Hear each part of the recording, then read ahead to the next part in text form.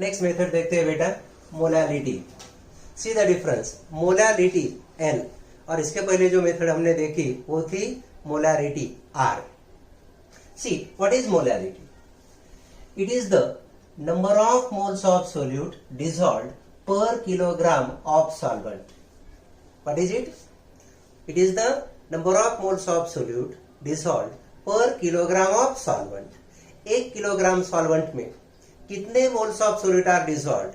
That is nothing but molarity. उधर volume था, यहाँ मास था। उधर वॉल्यूम ऑफ सॉल्यूशन था, यहाँ it is mass of solvent.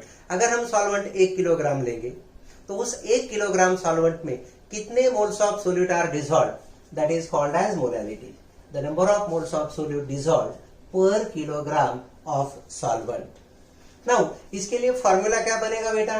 Definition से आपको आसानी से पता चले। Molality small m is equal to, अब मैं शॉर्ट में लिखता हूं, number of moles of solute divided by weight of solvent in kilogram. क्या होगा ये? Number of moles of solute divided by weight of solvent in kilogram. आपको पता है N2 indicates number of moles of solute. Solution में 2 always stand for solute, 1 stand for solvent. So N2 divided by W1, W1 का मतलब weight of solvent in kilogram. अब देखो how to convert number of moles, how to calculate number of moles. So number of moles is equal to weight of substance divided by molar mass of the substance. So N2 can be replaced by W2 divided by M2. W2 by M2 इसका मतलब N2 और यहाँ into W1, but W1 should be in kilogram. W2 weight of solute, M2 it is molar mass of solute, and W1 it is in kilogram and is mass of solvent. अगर मास of solvent is given in gram, solvent का मास बेटा अगर ग्राम में दिया जाता है तो definitely देखो वेट ऑफ सोल्यूट पर gram of solvent, 1 gram solvent में जितना मास होगा उसके 1000 time mass will be present in 1 kilogram solvent. Quite obvious है, 1 ग्राम सॉल्वेंट में जितना मास होगा अगर उसे हम 1 किलोग्राम में जितना मास होगा उसके साथ कंपेयर करेंगे तो 1 किलोग्राम में 1 ग्राम के कंपैरिजन में 1000 टाइम मास ऑफ सोल्यूट ज्यादा होगा। सो अगर मास ऑफ सॉल्वेंट हमें ग्राम में दिया जाता है तो फॉर्मूला क्या होगा? W2 by M2 into W1 and this complete factor multiplied by 1000. Yeah, we can write W2 into 1000 by M2 into W1, but it should be in gram. तो 1000 अगर होता है तो सॉल्वेंट का मास ग्राम में होगा, 1000 नहीं है तो सॉल्वेंट का मास किलोग्राम में होगा। और सोल्यूट का मास जो भी है, अगर सोल्यूट का मास किलोग्राम में दिया है तो मोलार मास भी हमें किलोग्राम में लेना होगा। अगर सोल्यूट ग्राम में है तो मोलार मास भी ग्राम में, यानी ग्राम मोल या ग्राम मोलार मास के फॉर्म में लेना होगा। फिर इसके यूनिट्स क्या होगा बेटा? Number of moles divided by wait, तो यूनिट होगा मोल्स पर किलोग्राम। मोलारिटी के लिए यूनिट होगा moles per kilogram and this mole per kilogram itself is nothing but an SI unit. यहाँ कन्वर्ट करने की जरूरत नहीं, मोल SI यूनिट है, kilogram is also an SI unit of mass. 2 point इसके बारे में ध्यान में रखेंगे बेटा। It is the most accurate और flawless method of expressing concentration. Concentration express करने की सबसे एक्यूरेट करेक्ट मेथड अगर कौन सी होती है तो that is molality. Flawless method है, यानी इसमें कोई भी मिस्टेक नहीं होती, कुछ भी ड्रॉबैक नहीं है, मोस्ट अप्रोप्रिएट या मोस्ट एक्यूरेट मेथड है। And why it is accurate? because it considers only mass of the solute and solvent and that's why it is independent of temperature. Temperature कम हो या ज्यादा हो, mass remains unchanged and that's why it is independent of temperature. और ये बहुत बार ऐसा question होता है wrong right statement के फॉर्म में, which of the following methods of expressing concentrations is dependent या independent of temperature. तो जहां वॉल्यूम आएगा टेम्परेचर डिपेंडेंट क्वांटिटी होगी, जहां सिर्फ मास होगा that will be temperature independent quantity. Okay, so molality most accurate और flawless method and what is it? Number of moles of solute dissolved per kilogram of solvent. ठीक है, कुछ important फॉर्मूले आपके सामने रखता हूं बेटा, बहुत इंपॉर्टेंट पार्ट है। You just look at this फॉर्मूले। कुछ इंटर कन्वर्शन भी देखेंगे। पहले m equals to PD10 divided by M2। और ये फॉर्मूले हमें बिल्कुल तैयार to be learn by heart, बिल्कुल हमें वो याद रखने हैं as shortcut methods while solving MCQ।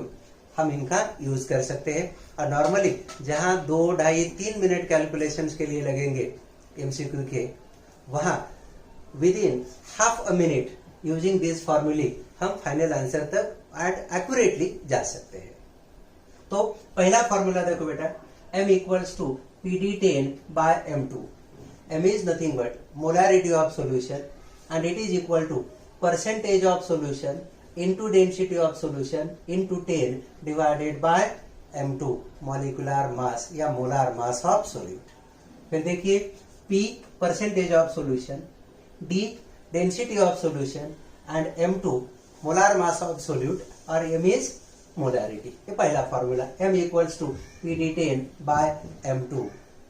Then normality n equals to, बस उसी की कार्बन कॉपी है कंपैरिजन के लिए, PD10 डिवाइडेड बाय E2। अगर आपको परसेंटेज ऑफ सॉल्यूशन दिया है, डेंसिटी ऑफ सॉल्यूशन दी है एंड सॉल्यूट का इक्विवेलेंट वेट और मॉलिक्यूलर वेट पता है, तो हम ये फॉर्मूला यूज कर सकते हैं, normality equal to percentage of solution into density of solution into 10 divided by equivalent mass of solute. E2 का मतलब क्या होगा बेटा? Equivalent mass. फिर इक्विवेलेंट मास और मोलार मास में क्या रिलेशन है, इसके पहले भी हमने देखा है। So equivalent mass is equal to M2 divided by n, small n यानी n फैक्टर, बैलेंस फैक्टर या इसे बैलेंसी फैक्टर भी हम कहते हैं। इक्विवेलेंट वेट जब भी अलग सेपरेट हम डिस्कस करेंगे ना, उस वक्त ये पार्ट फिर डिटेल में डिस्कस करेंगे, लेकिन फिलहाल ये फॉर्मूले इसका स्क्रीनशॉट लेके आपको सामने रखना है। So normality is equal to then n into m। किसी भी सॉल्यूशन के लिए normality will be n times of its molarity, एक ही सॉल्यूशन के लिए। Then neutralisation formula, when is it to be used, ये कब यूज करोगे बेटा? When acid and base solutions are reacted together. Neutralisation acid base reaction के लिए यूज की जाती है ये term. So NaVA is equal to NbVb। NaVA normality of acid into volume of acid, NbVb normality of base into volume of base।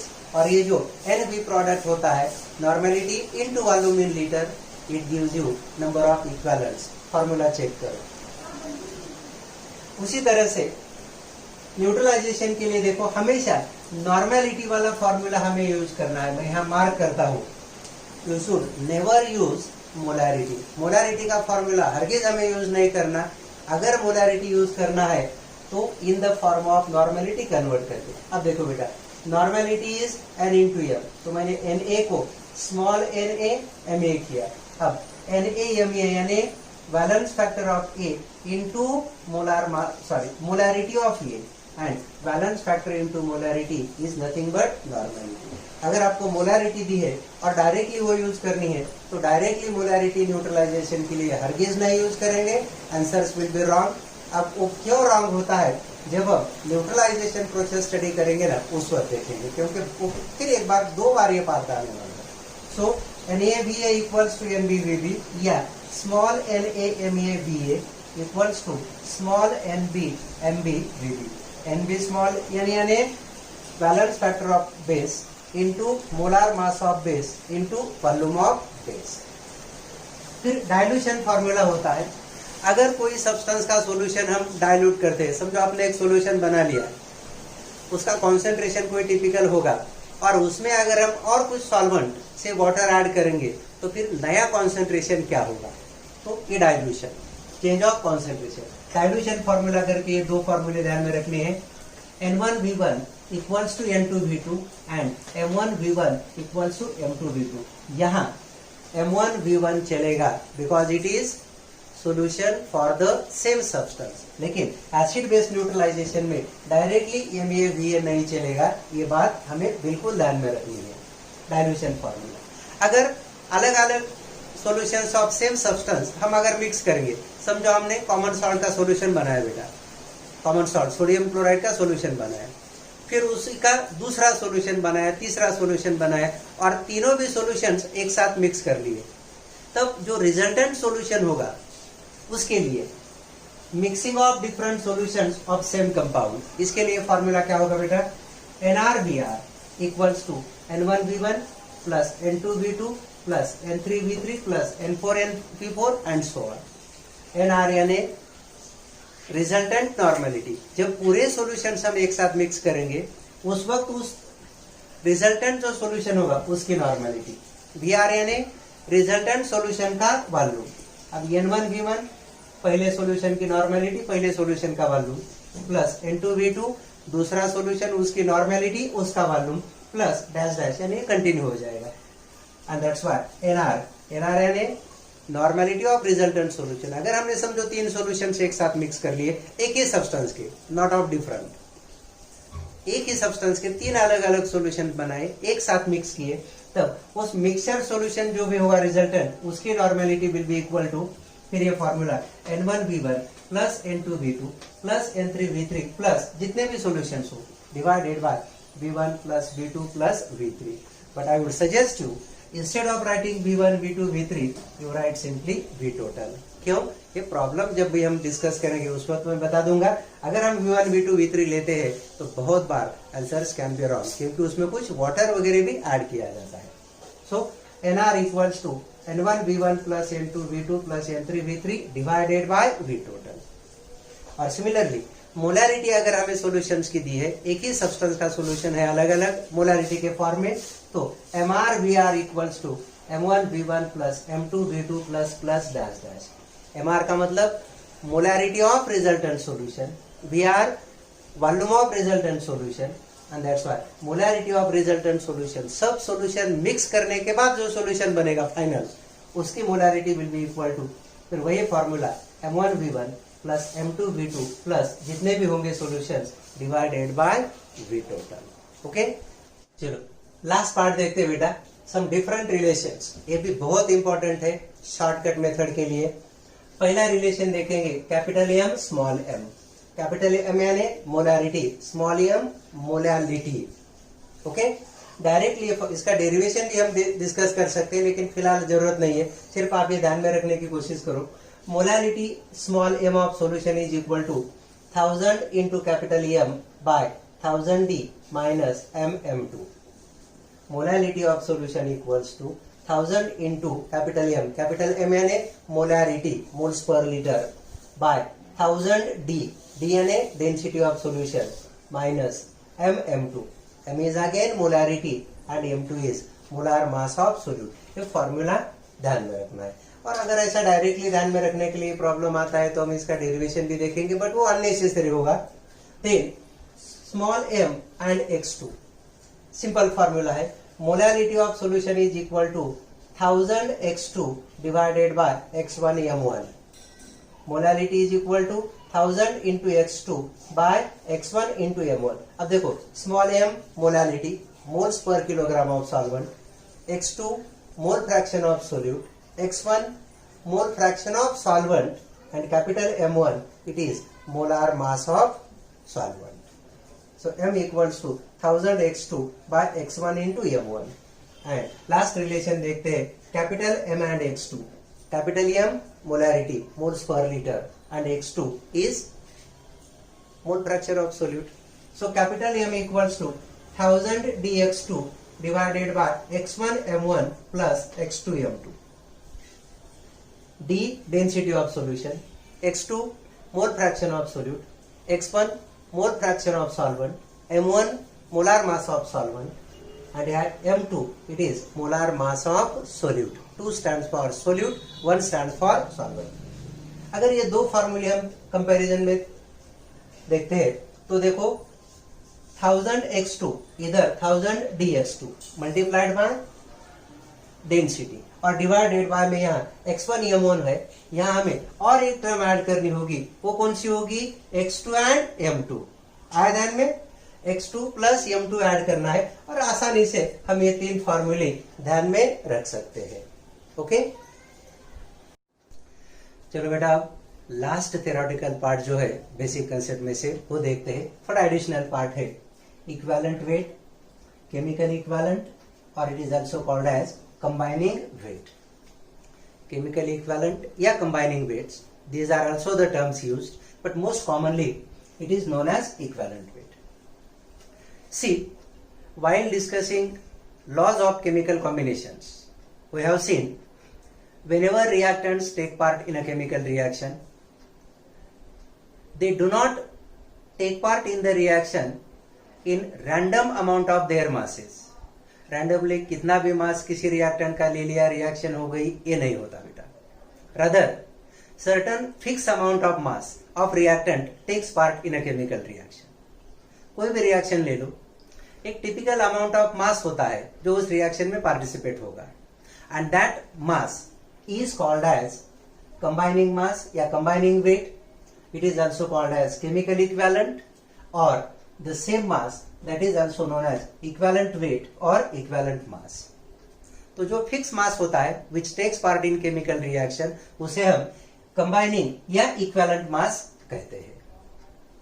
See, what is its definition? According to the definition, equivalent weight of any substance, फिर वो element हो या compound हो, ion हो या radical हो.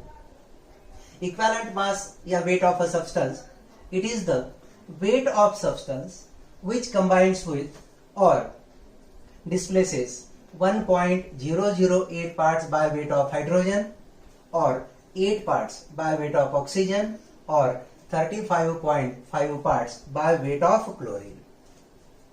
क्या होता है equivalent weight?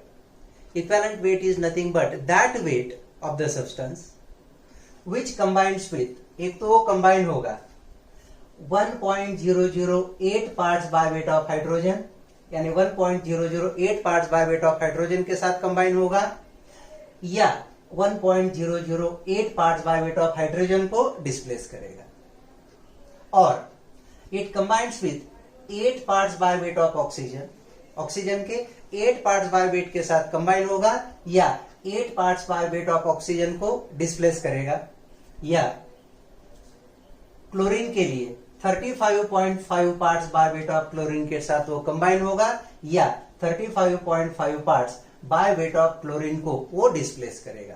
That weight is nothing but equivalent wait.